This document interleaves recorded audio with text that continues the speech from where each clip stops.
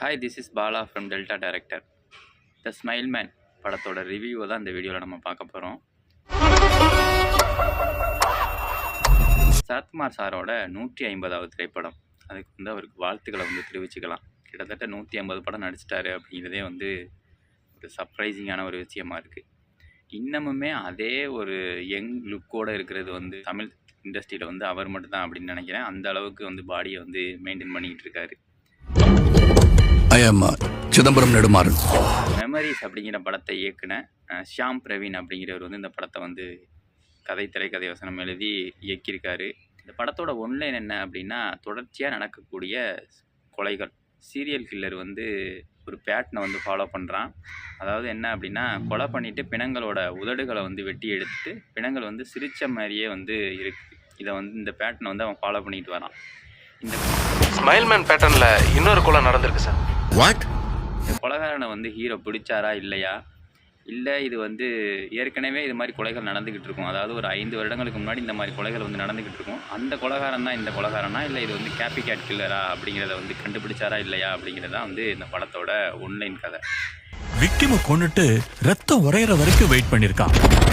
இந்த மாதிரி பயங்கரமான அழுத்தமான இம்பேக்டான ஒரு ஸ்டோரியை லைனை வச்சுக்கிட்டு இவங்க எந்த அளவு திரைக்கதை பண்ணியிருந்தாங்க அப்படின்னா, இந்த படம் வந்து ஒரு தோல்வி படமாக அமைஞ்சிருக்கும் அப்படிங்கிறத வந்து நீங்கள் யோசிச்சு பார்க்கலாம். அதாவது கதை எந்த அளவு வேணாலும் நல்ல ஸ்ட்ராங்கான கதையாக இருக்கலாம், இல்லை இல்லாமல் கூட போகலாம். பட் ஆனால் திரைக்கதை வந்து ரொம்ப அழுத்தமாக இருந்துச்சு அப்படின்னா அந்த படம் வந்து கண்டிப்பாக ஒரு ஆவரேஜ் ஃபிலிமாவது ஆயிருக்கும். இந்த படத்தில் வந்து திரைக்கதை வந்து ஒரு மோசமான திரைக்கதையை பண்ணுது அப்படிங்கிறது வந்து இந்த படத்துக்கு மிகப்பெரிய மைனஸாக போய் அமையுது. எதிர்பார்த்தபடி சரத்குமார் சார் மாதிரி ஒரு ஹீரோவை வச்சுக்கிட்டு இவங்க வந்து அந்த ஹீரோ பில்டப் இந்த மாதிரி எந்த விதமான சீனுமே இல்லாமல், ஒரு ஆக்ஷன் சீக்வன்ஸ் இந்த மாதிரி எதுவுமே இல்லாமல் இந்த படத்தை நகர்த்திட்டு போனது அப்படிங்கிறது மிகப்பெரிய தப்பாக வந்து நான் பார்க்குறேன். எக்ஸ்பீரியன்ஸுக்கு அவர் வந்து இந்த கதையை கேட்டிருந்தார் அப்படின்னாவே வந்து ஓரளவுக்கு அவருக்கு புரிஞ்சிருக்கும் இந்த படம் நமக்கு சரியாக இருக்காது அப்படிங்கிற மாதிரி அவருக்கு தெரிஞ்சிருக்கும். பட் அவர் எந்த அளவுக்கு இதை நம்பி பண்ணார் அப்படிங்கிறது வந்து எனக்கு சரியாக தெரியலை. படத்தில் வந்து வில்லன் கேரக்டர் வந்து ரொம்ப பயங்கரமான வில்லனாக இருந்தான் அப்படின்னு வச்சுங்களேன், இல்லை ஒரு ஸ்ட்ராங்கான வில்லனாக இருந்தான் அப்படின்னா கண்டிப்பாக அந்த படம் வந்து ஹிட் அடிச்சிடும், நமக்கே வந்து தெரியும். பட் இதில் வந்து ஒரு குழந்தை மாதிரி ஒரு வில்லனை கூட்டியாந்து வச்சு வில்லன் வந்தான் அப்படிங்கிற மாதிரி சொல்கிறாங்க. அதை வந்து ஏற்றுக்கக்கூடிய மனப்பான்மையே இல்லை.